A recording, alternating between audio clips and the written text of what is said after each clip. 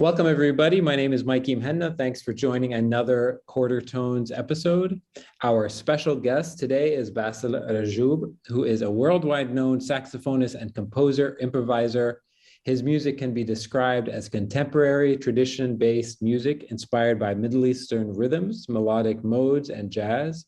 Born in Aleppo, Syria, he graduated from Damascus High Institute of Music and was the awarded winner of Radio Monte Carlo's Moyen Orient Music Award. Basel has been part of numerous contemporary music groups, collaborating with musicians from all over the Middle East, North Africa, and West Asia. He's the founder and leader of the Basel Rajoub Ensemble.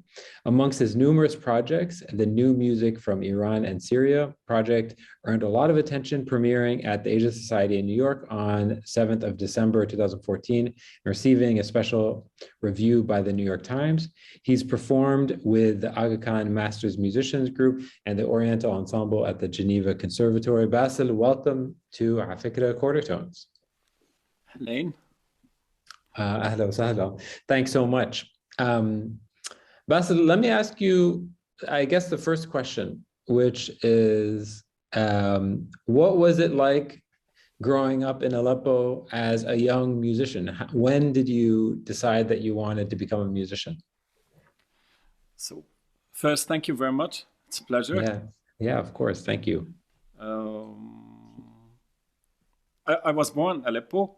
Yeah. Then I moved to Damascus by the age of 6 or 7, something like that. So, but yes, we had to go like all summer to Aleppo. And I think it was a fantastic place because it had a lot of Armenians, a lot of Kurds, so close to the Turkish border. It means radios and music. You have a lot of different things. So for me, I do remember, for example, that I was listening to Khashoggi, which is a fantastic Armenian composer, and I didn't know about him. So yes, that was like the beginning, very beginning, and this is Aleppo. Did you grow up in a family of musicians? Not musicians, but they are fantastic. They brought all instruments. I think since I was 6.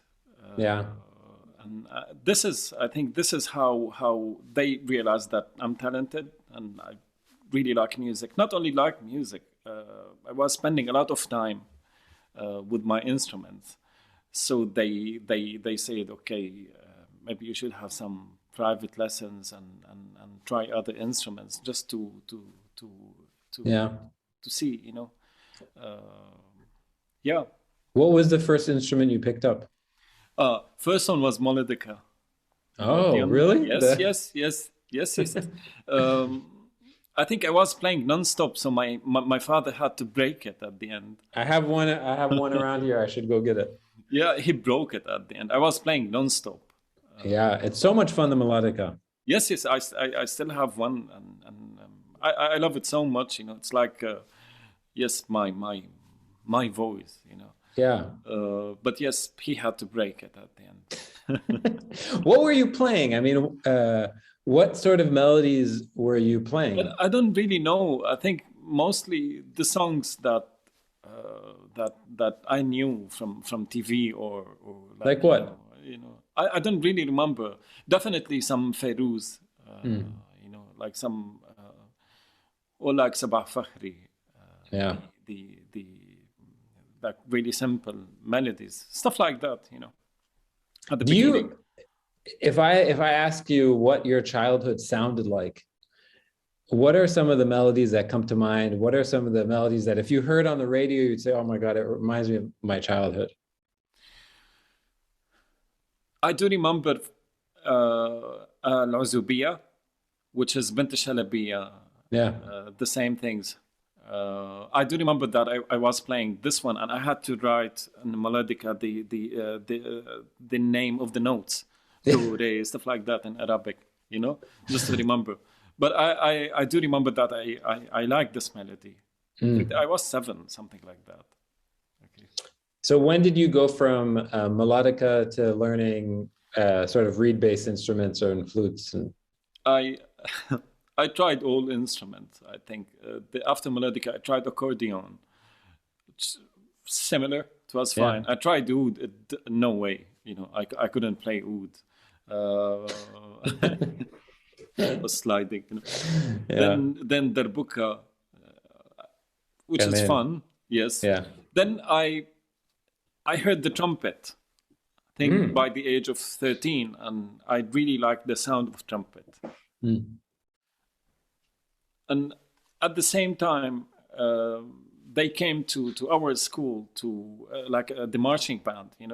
They came to ask the students who wants to play brass instrument, who wants to play in a marching band. So two things happened at the same time. That yes, I really liked the sound of the trumpet, and immediately I said I want to learn trumpet. So I joined the marching band, and 2-3 months later, the teacher, I think he told my parents that he's talented. Maybe you need to talk to him, because if he just work and he can apply to study music at the end. Yeah. And this was like a really great move. Yeah.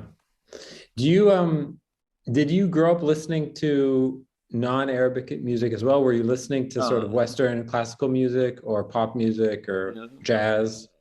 I was not thinking about it at the beginning. I just wanted to play trumpet. But what happened is I have amazing aunt who really loved jazz.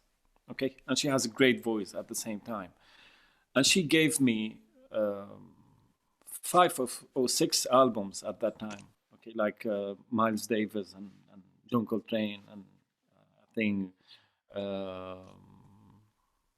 Dizzy Gillespie with the Billie Holiday and stuff like that. Yeah. So that was the beginning. Okay. Yeah. Do you remember? So how old were you when this happened? This is 14. Yeah. So 14. yeah, when I was 12, or maybe less than that, when I was 10, I remember having a very similar experience. Somebody gave me a Dizzy Gillespie CD, and a Miles Davis record. Do you remember what song or what tune really kind of opened your eyes? Yes. First, Miles Davis with the sound of trumpet, because I was playing trumpet at the same time. But And he was using the mute. Yes, and yes, kind of blue. Yeah. And then another album which is like really late with electronics and stuff like that. I like the sound, but not the music, But yes, kind of blue. This was so nice. And then one of it was cassettes actually. One of them had Ella Fitzgerald. Yeah, Ella Fitzgerald. Yeah, like that. Yes, with Count Basie big band. Yeah. She was doing Hey Jude or stuff like that. Okay. Oh, she was doing like yes, rock and roll stuff. Amazing. With the jazz big band, Count Basie big band, I think. Yes. Again, yes. I think that was. I would say that saved me. Wow. Yes. Because when you're 14 and you really want to play and imitate Miles Davis without even knowing that it's jazz. Yeah. I'm talking about 1994 in Damascus. Yeah. Okay. So yes, it's a big thing. It's not. It has a big effect, not like nowadays. Yes. Amazing. Okay, so I want to ask you. We're going to talk about your albums and how you started studying more seriously as you got older. But do you remember the first time you composed something?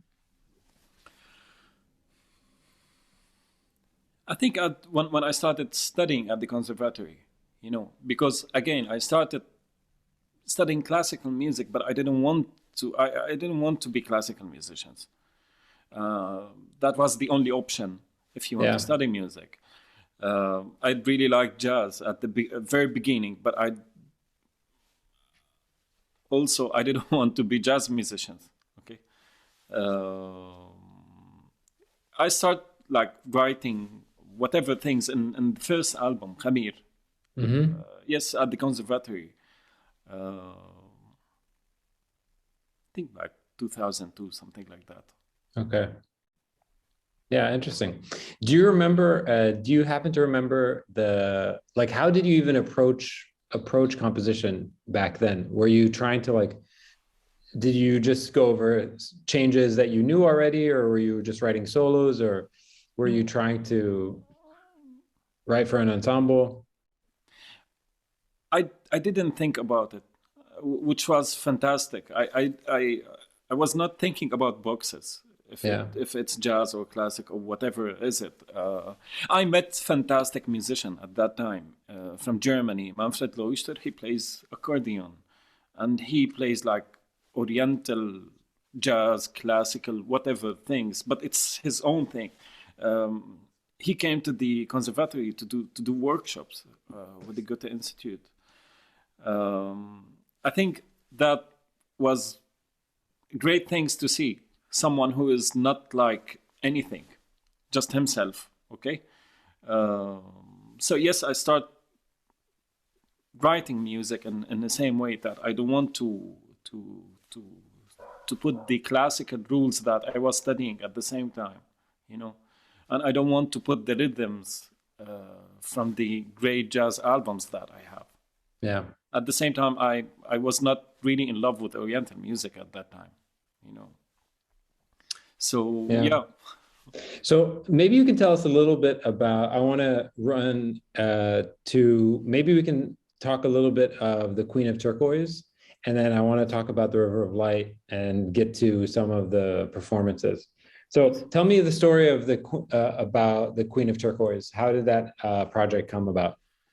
Yeah, so first after I finished the conservatory, I've got lips problem and I had to stop playing trumpet. Okay, so and I chose saxophone because I thought it's easy, you know. And yes, the whole thing changed because of changing instrument. Musically, it's different. At the same time, I started like being more in love with Oriental music. But the fact that I play Western instrument. So yes, then I think even writing music, the whole thing changed. Starting from Asia, the album, and immediately the Queen of Turquoise. So Asia, which is like the first, let's say the first project that has many things that I think that they are myself musically, and then the second step was with the Queen of Turquoise, playing with Oriental instrument, you know.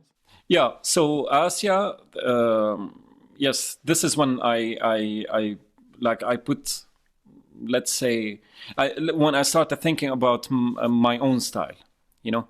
So I started playing with the qanun, and I really love the instrument. And then with the percussion, Khalid Yassin, who's fantastic percussion player from Lebanon, who is really not like most of the percussion players. Same things with Firas on qanun.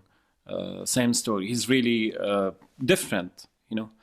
So we start playing this like project, and you know, I think I was not thinking about the result. I had like imagination of compositions and stuff like that, but at the end, the result is something really new. After that album, I started writing for the Queen of Turquoise, and this is, I think, I can say that it's my first album. No. Okay. I start to call it like first album. Yeah. So I'm anxious to get to some of to you playing. So maybe give us a little information about the River of Light as a project, and then we'll jump right into the first interlude. River of Light. This is recent. Last year, it took me 5 years just to come up with this project, because I really didn't want to play like before. Let's say like before, with Oriental instrument. I didn't want to copy any idea. I wanted something really new, even to me. This is first. Second thing, it's a personal album about personal story. So I thought I'm not going to put drums and double bass, and we end up with the really hard sound-wise. It would be really hard. I thought I need to play with the musician who is really honest. Okay. Yeah. That he wants to know the story behind the music, not to make a music project. And it took a lot of time to find Matthias Leubner, who plays Herdegard in the album.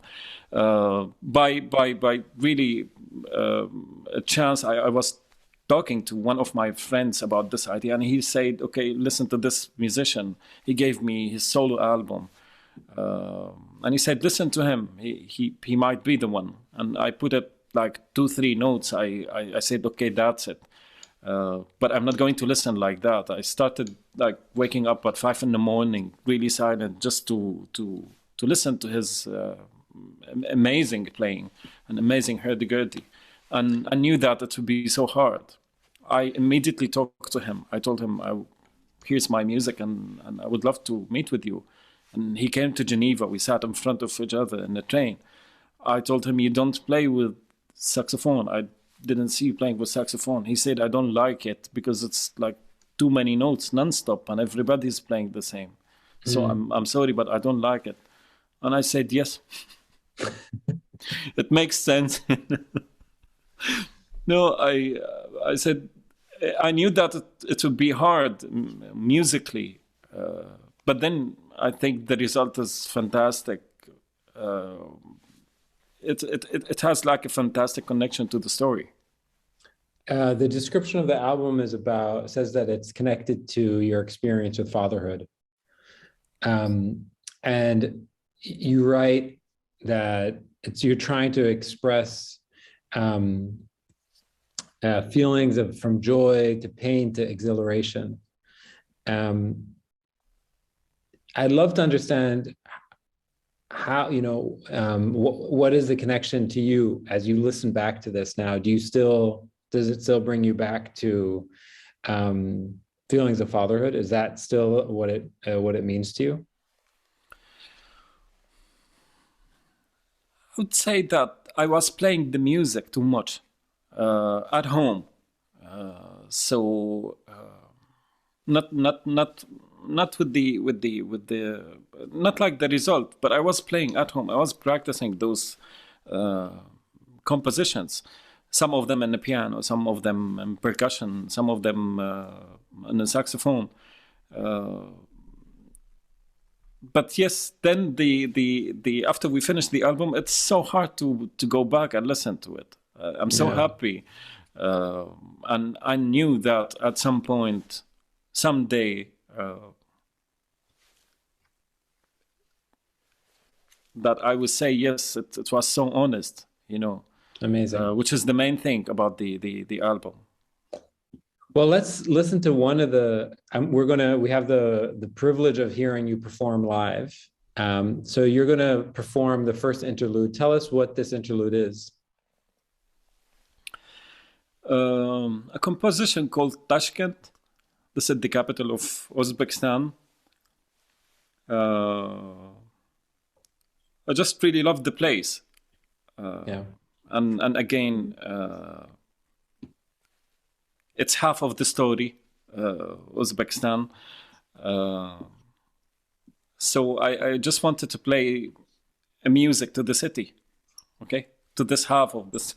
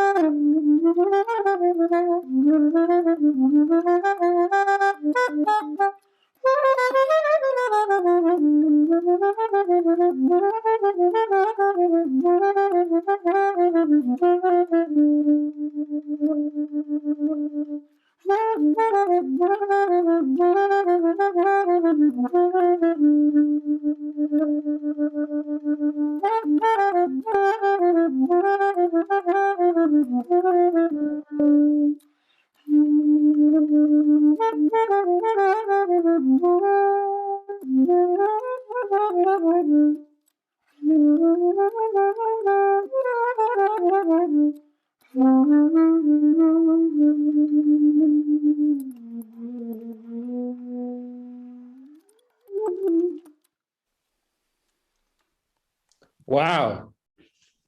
So the original instrumentation of that song is what? That composition? This one with the symphony orchestra. And, yeah. So yes, with the orchestra. It happened that we played it once with the orchestra. Amazing. When did you last perform this? With the orchestra, 2018, something like that. Yes, 18. Yeah. Yes, and then recorded with the Matthias Leubner for the River of Light, and I'm going to record it again with the masters musicians. Incredible. Is this does that follow a specific form, or how would you describe that piece to somebody who can't hear it? How would you describe it? I would say it's so sweet like Uzbekistan. It's nice like Tashkent, I went to Uzbekistan only once, and it looks like Damascus in the 80s. So for me, I felt home. And I'm really connected to the country. So I just wanted to play something nice. Does it sound like Uzbekistani music? Do you know? Has anyone from Tashkent heard this song and said, "Yes, this sounds like Tashkent"? Yeah, many people they said, "Yes, Tashkent. It's the capital of Uzbekistan." No, but has anyone heard the sound of it and said, "Yeah, this sounds like Tashkent"? No, I had some friends from Uzbekistan. They like it so much. Oh, nice. They said, "Yes, it's yes." Cool. They liked it. It has something from there. Okay, let's move on to the second. Let's move on to the second piece. Tell us about this interlude. Duclar. Yeah. It's Duclar is an instrument.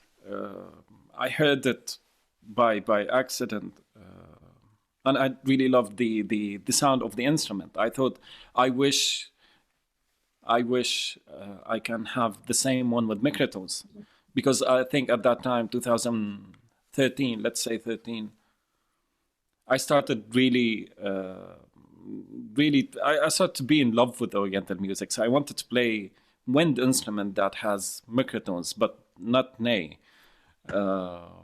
So I really like the sound of the instrument, and I thought, okay, maybe I'll get one and make holes just to make it play Oriental music, at least 2-3 scales, just really simple, and just felt in love with the instrument immediately. I wrote many composition. It's really limited, but it's like two notes more are really enough an instrument like that, you know. Amazing.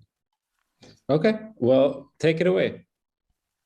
And the problem is a lot of musician friends, when we play, whenever I picked up the saxophone, they say, can you play the same things on Duclar? No, that doesn't work. Where is the word Duclar? What kind of word is that? Duclar, clar is from clarinet, and is the duc. Okay. You have the same instrument called clarduc. Okay. But it's the original clarinet in 15th century, something like that. I think the instrument was like that. Okay, cool. All right. Without the big holes for... Yeah.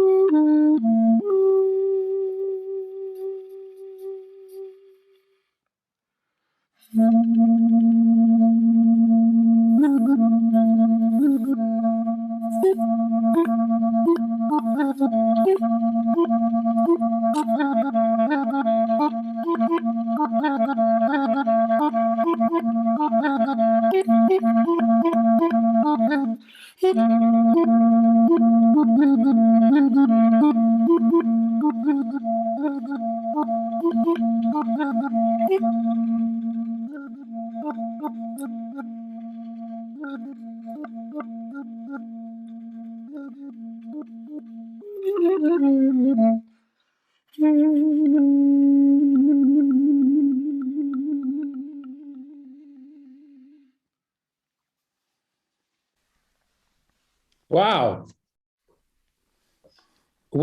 How are you approaching that improvisation? It's based on the melody that I wrote before. So like I knew at the beginning, and then just like added some rhythmic ideas in the middle. Yeah. Try to keep playing in the same scale. Yeah. Which scale is that? It should be Sega. Supposed to be Sega. Why do you say it's supposed to be? Yeah, it's supposed to be Sega. Yes, it's Sega, but okay, there is a rule that you don't go to that note, then it will be Rust. Okay. Okay. But I always go to Rust. Then I remember that I have to go to steps for Sega. So yes, for Oriental music, it's not really allowed. Okay. Do you mind playing these two scales just so that we can hear what you're talking about? I'll play Rust. Yeah. Okay.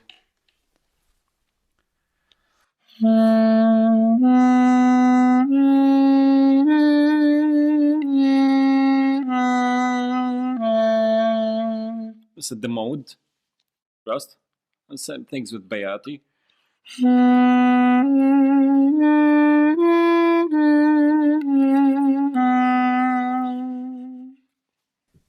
And when you play saxophone, are you frustrated that you don't have these microtones? I do have some. I do, yes, I do have some. They are so nice to play, the microtones and the saxophone. It's limited. Yeah.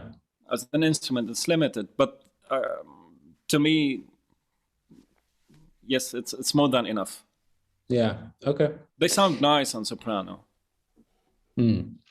So do you in both the interludes, you tend to have these like rhythmic pulses in the way you play. Yes. Where do you think that comes from? Because I play percussion. Yeah.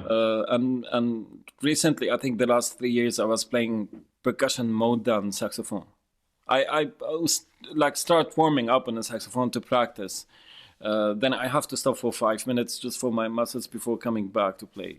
So I pick up the percussion, play a little bit, and then end up playing for 2 hours. Do you have a percussion instrument beside you? Yes. Could you play a little bit for maybe us? 10 minutes. Deb, could you play a little bit for us? It's in the other room. Yes, I wish. Dana. Yes, okay. Yes. Too bad. It's okay. Okay, interesting. So when you play the Duclar, you feel like different ideas come out of you than when you play a saxophone. Yes, completely different. Okay. It's more spiritual. It's wooden instrument, extremely simple. It has a lot of air in the sound. Okay, yeah. And the microtone is like it's really fixed. Okay. Yeah. So it's to me it's more spiritual. I would say more spiritual. Okay. All right. Let's listen to the last interlude. It's called Devil's Whistle, and this is a live performance that's on YouTube, and we're going to listen to it from halfway through.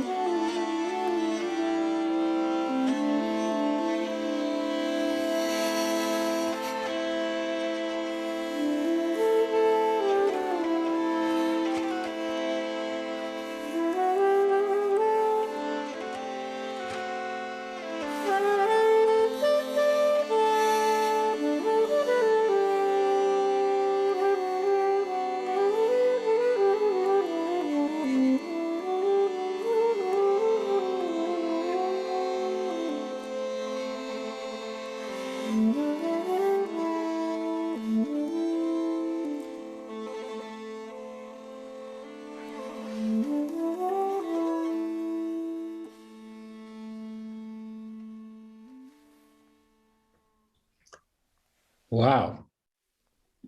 So this tell us what this track is. It's a hard subject. Yeah, tell us what is the story Yeah. behind this track? It's a very hard story, which is I start losing my hearing. Okay, it Okay. started with the that whistle. Okay, then yes, I thought I need to play music for this. Okay, Wow. at least to let's say this thing. Okay, I don't want to talk about it. I thought maybe better to play for this. So I'm playing for my ears, Wow. kind of let's say, yeah, I want them to stay. Yeah. It's a very emotional subject. Yes, it's really hard. It's really hard to to be musician at the same time.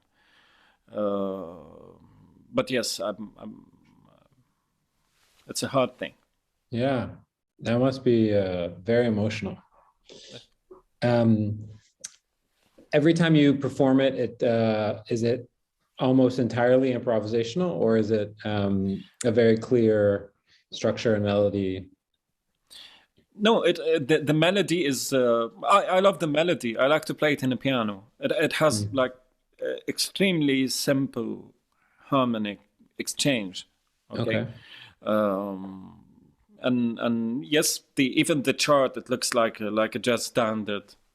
It's very clear melody. You have to play it on time.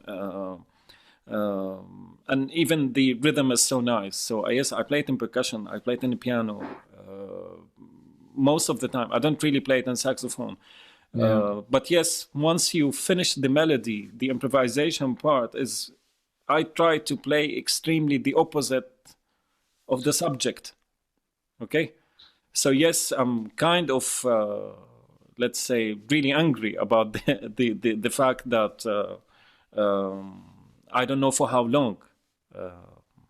But yes, I need to play something so sweet to whatever is happening. So I try to play extremely nice major. Yeah. Did you write Mateus's part as well, or did you co-compose it? No, but he's amazing person. I can't talk to him openly about this. It might be hard to talk with my friends whom we recorded many albums in the last 20 years. Yeah. Okay? But him, yes, I knew him, and it was so easy to talk about stuff like that. So yes, he knew, and I think it happened at the same time. So he knew all the things. He tried to give like the most positive energy. So even playing for him, playing something like that is different. Yeah. Is it emotional every time you play it? Yeah, definitely, because it's like a wish, I wish, but I want to see my kids playing also. I want to hear them playing. So so it's like, yeah, I wish, Yeah. if they decide to play. If they decide to play. So, well, it's beautiful. And I've never seen this instrument played before. Mateus's instrument. I don't think I've ever seen that being played. I didn't know that it exists, So for that, his solo album, when I heard it, it's completely crazy. So it's not like anything. Yeah. And then it ended up that his personality is like that also. It's like, it almost is like bagpipe and accordion. It's like all these different things. He told me that it came from Andalusia. Wow, really? So it might be something. There might be something Arabic about it. But yes, then he made it like this. He recorded a lot of classical programs. He's like one of the most serious player in this instrument. and he's using also some loop things and so yes, there are a lot of things going on the stage. It's very, very, very beautiful. Okay, I want to do the quick Q&A, and we'll go from there. So what are you listening to these days, Basel? Sabah Fakhri, Baka de Lucia, Yeah, of course. Yes, really weird though. Amjad Ali Khan. This is last 2 weeks. Just listening to Amjad Ali Khan. Yes, three. Those three. Okay, cool. Yes. And last one, fantastic saxophonist called Jorge Pardo. Nice. It's broad taste. Yes. Who would you love to shadow for a day? So who would you love to spend a day with? Sabah Fakhri. Interesting. How come?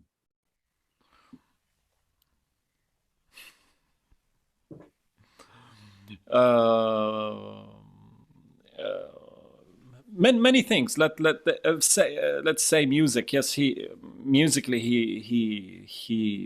made this Syrian history in the last 50 years. Once you really start playing Oriental music and start like thinking about it and go deep, you understand what Sabah Fakhri means, to this. And for not music, I left. Last time I went to Aleppo, I think it was 2006, something like that. So way before the war. Yeah. I was playing at the Citadel, fantastic day. But I can see that half of my city is finished, So you have only the Citadel, maybe the new Aleppo, let's say, and Sabah Fakhri. So it's something beyond music. Of course. Yeah. Okay, let's keep going. What do people most misunderstand about your work?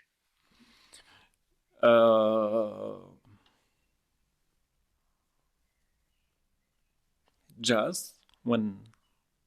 Yeah. Yes. I find this really hard because of my instrument.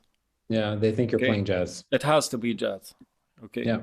And yes, and I'm not really jazz musician. Yeah. Is it that a frustrating thing? Yes, it's hard. It's not easy. It's not easy, depending on the place, but it's not easy. I know that for all Arab countries, saxophone is a unique instrument. It's not like oud. You have, I don't know how many oud players, and I think 20 saxophone players in Arabic world. Yeah. But yes, then it's hard instrument. Yeah. Many people, they don't like the instrument because of jazz, or they don't like jazz because of the instrument. So I'm not playing. I keep explaining that I'm not jazz musician. Yeah, interesting. Okay, the last question is, who would be your dream collaborator? Maybe it's Sabah Fakhri. Maybe Allah yarhamu. Allah yarhamu. Ya ريت. From the past even, حتى. Of the past. لا, late past. Shab Khalid. Oh, nice. I love him so much. Yeah. Shab Khalid. Yeah. Okay, Shab interesting. Khalid. I really enjoy playing his music on saxophone. I love it so much. Have you ever thought about making a Rai album?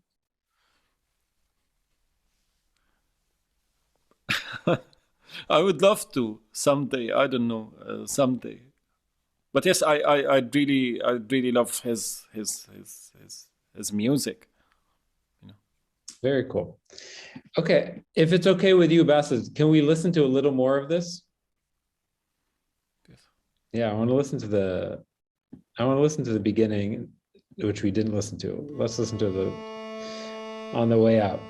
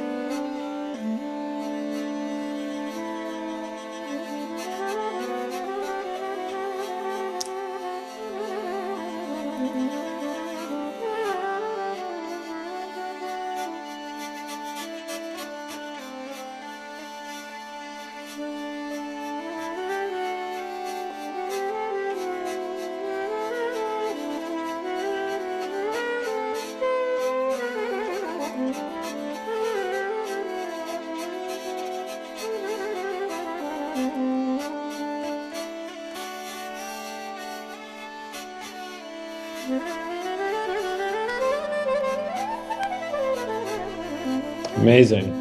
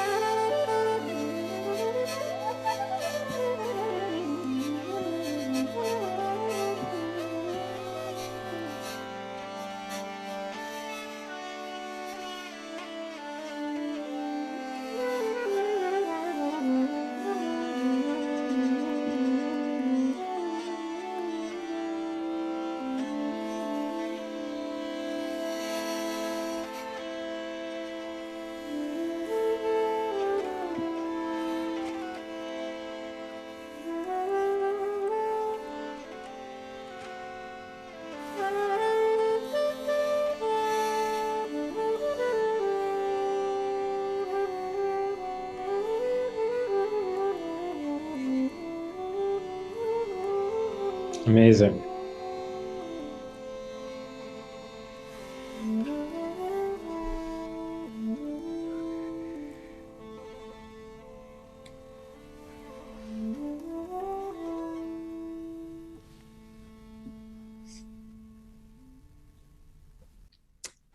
Basel, thank you so much for taking the time.